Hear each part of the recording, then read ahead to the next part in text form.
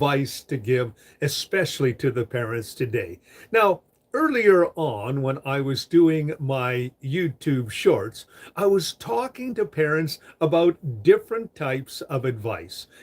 How important communication was, how important how we spoke to our children, and also as well how we interacted with our children as well. I happen to be a father of four children. I have two daughters and two sons. I also have as well, nine grandchildren. Five of them happen to be boys, and four of them happen to be girls, and they range anywhere from, of course, we're talking 19 years old down to 2 years old. Now, the oldest one is Gideon, and the youngest one happens to be Caleb. And all these wonderful children and grandchildren have taught me a lot about life. And that it's wonderful to interact with each one of them. And it's wonderful to spend time with each one of my children. Today, for example, my oldest daughter and my oldest son are coming down. My daughter. And it was a wonderful opportunity to reconnect. So here's something that I'd like to leave with you today. So often children find themselves in competition. And what you need to teach your children isn't that their competition is actually not with other people. So, where is their competition? Well, first of all, their competition is their bad habits. It's very easy for us to pick up habits, and some of the habits that we pick up are not very good. And so, what you need to teach your children is to, of course, not fall into getting into bad habits. There are many bad habits that we can, pick up. For example, over talking people, overthinking, or maybe, trying to put yourself first. It's important that we teach our children that, of course, bad habits can actually bring us down. Sometimes people focus on one particular bad habit that we pick up, but the reality of the situation is these bad habits can actually drag us down. The next thing that we need to teach our children is watch out for distractions. It's easy to get distracted. It's easy to focus on the wrong thing. It's easy, of course, to allow somebody else to pull you into their malaise and into their problems as well. Distraction can be so devastating because what they do is they bring you into somebody else's insecurities, someone else's bad habits. And before you know it, you have developed what they have, and it can be a real problem. So basically, if you are especially trying to get something done, you keep getting distracted, it can be a real problem. And so we need to teach our children, yeah, be careful of your bad habits, but also as well, be careful of distractions, especially life distractions and distractions of other people. Teach them to be focused. Teach them to be directed. Teach them to be, of course, individuals who are, laser sharp when it comes to life and everyday situations. And how do you do that? You do that by your example. If you as a parent become easily distracted, and you as a parent, have some bad habits that they can pick up as well, well, of course, you need to understand that that can be some real competition. Also, as well, insecurity. Now, let me just tell you, we all have insecurities. That's true. We do. And sometimes our insecurities can really become a major problem in our lives. But the beautiful thing is, you can actually overcome your insecurities by simply going forward and choosing to, of course, overcome them, whatever they may be. You may be insecure about, people in your lives. And you need to understand that you can actually walk alone in life. You don't always need people, especially people who are going to put you down, especially people who want you to do something for them and they're not going to do something for you. One of the things that I've discovered about life is that people are great beginners, they're great starters. But I've also discovered that many of them are not good at following through. Also, as well, some people are very dishonest or self orientated. And of course, they will do anything to get their way. And you can be fall into the trap of course, becoming one of those persons, or you can allow those type of people to dominate you. You got to be careful of narcissistic and selfish people. That doesn't happen just overnight. It is, of course, a insecurity that is, basically coddled to and enabled. Yes, that's right. People can enable a selfish and, of course, an insecure person. We see that on the world stage every single day. And so it's important for us to understand that our insecurities can actually be exploited by other people. And we need to understand that that is the type of competition that we don't want in our lives. So, of course, understand and teach our children that bad habits, distractions, and insecurity is part of our competition. Also, as well, procrastination. The thought, well, I can put it off till tomorrow. Let me tell you a little story. Okay, so we just had a major snowstorm in our area. It was pretty bad yesterday, and it dropped to the winds were really blowing. But what was really the main situation was the fact that there was a lot of snow, probably 4 or 5 inches that fell. So basically, what happened was we had all these large snow drifts, and I made the mistake of parking my car into the back alley. So when I went out yesterday afternoon, I saw that the back alley was completely and totally blocked. I wasn't going to get my car out no how.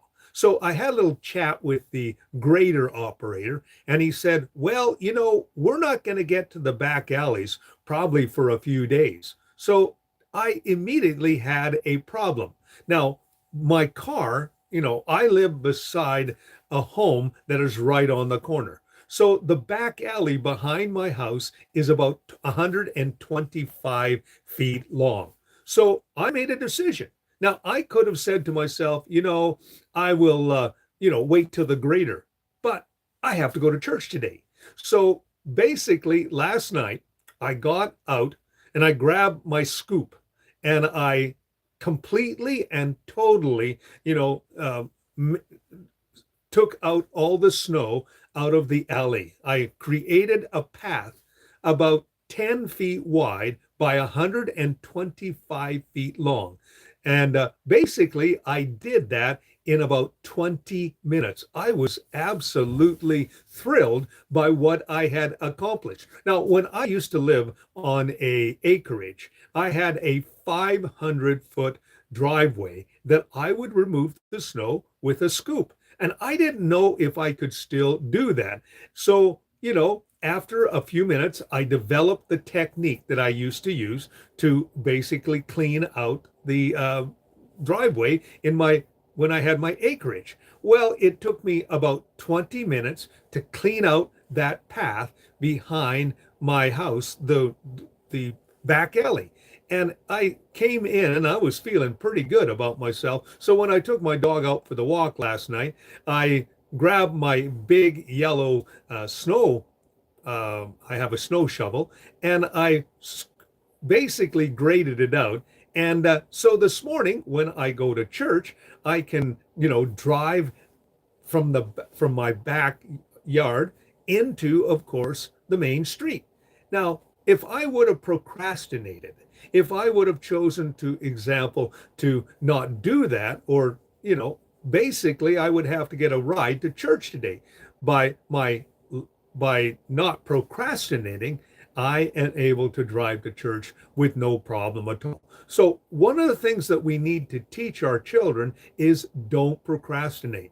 Let's not put off tomorrow what we can do today. And that includes, of course, touching people in a positive way. When we show our children by visiting people, by giving people a text, by calling people, by going and actually having a physical conversation with them, we're showing them that procrastination is actually a competition. So, as the old adage, there used to be a commercial on TV that went like, "Why wait for spring? Do it now." So, if you have to get something done, don't say, I'll do it tomorrow.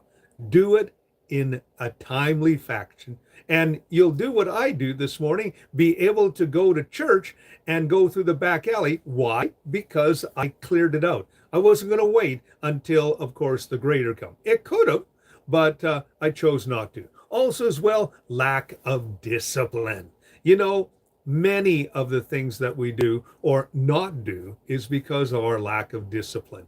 We just don't have the motivation. Or if we're motivated, we just don't do it because we don't have the discipline to do it. We need to teach our children, especially when it comes to household chores. There's a wonderful video on the internet about some sort of Marine leader, and someone from the Marines in the United States. And he said, if you just make your bed the first thing in the morning, he says, if you just do that, he says, you've already established a routine for the day. And it also motivates you to do other things as well. Listen, there are some things that need to be done immediately. There are some things that you can put off for a little bit, but really you need to do things that enhance your life. Do things that motivate your life. Do things that will improve your life, and it takes real discipline to do that.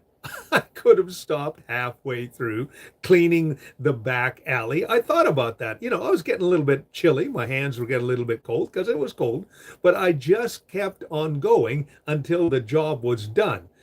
I could have done it in 2 or 3 sessions, and I was thinking about it, but then I thought, I'm getting so close, especially as I was getting closer to the street. I just kept on going until it was done. How did that happen? Well, over the years, I've learned discipline. That, you know what? If you want to get something done, most time you have to do it yourself, and you have to stick with it. That's called never giving up. I love that meme on Facebook that says, rule number 1, never give up. And then rule number 2, remember rule number 1. Discipline is the thing that carries you through. Diligence, faithfulness, and motivation are going to be the very things that you need to have in your life. And understand that, as I said before, bad habits, distractions, insecurity, procrastination, lack of discipline. Also, as well, fear. That's right. Fear is a real competition. So many of us have different fears. When I was a kid, I discovered that one of my fears was snakes. There's an old song from Jim Sabbard, I don't like spiders and snakes. Well, I discovered when I was working for the town of Claresholm, where I grew up, there was a snake that came out of one of the areas where I was working, and instantaneously fear gripped me. Now, in my hand, I actually was carrying a shovel. Without any hesitation, I let that snake have it. Not just once, not just twice, but several times. Basically, I pummeled that snake. Now, it happened to be a rattler. So I heard the rattle, and because I had the shovel in my hand, I let him have it. And then I took the snake and threw it over the fence where I was working, and basically I buried it is what I did. Now, it's our fear that can actually get us into so much trouble. People can be absolutely, paralyzed by their fear. Did you know that Liam Neeson, for example, he's about 6'6" tall, but he's deathly afraid of getting up on step ladders? That's right. He's afraid of heights. There are other people who are afraid of different things. You know, it's easy to be paralyzed by your fear. I also learned that fear has a spiritual application. You know, it was Paul who said this: God has not given us a spirit of fear, but of love, power, and of a sound mind. So when you understand that there's also a spiritual component, but the way that you can overcome your fear is, first of all, love.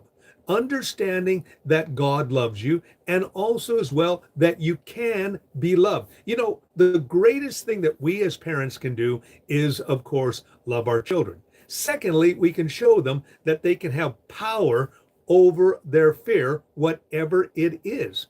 You and I, when we face our fears, whatever it is, and any psychologist will tell you that if you face your fear straight on, you will overcome it because you'll have power over it. And then, lastly, because you overcome your fear, you will have soundness of mind.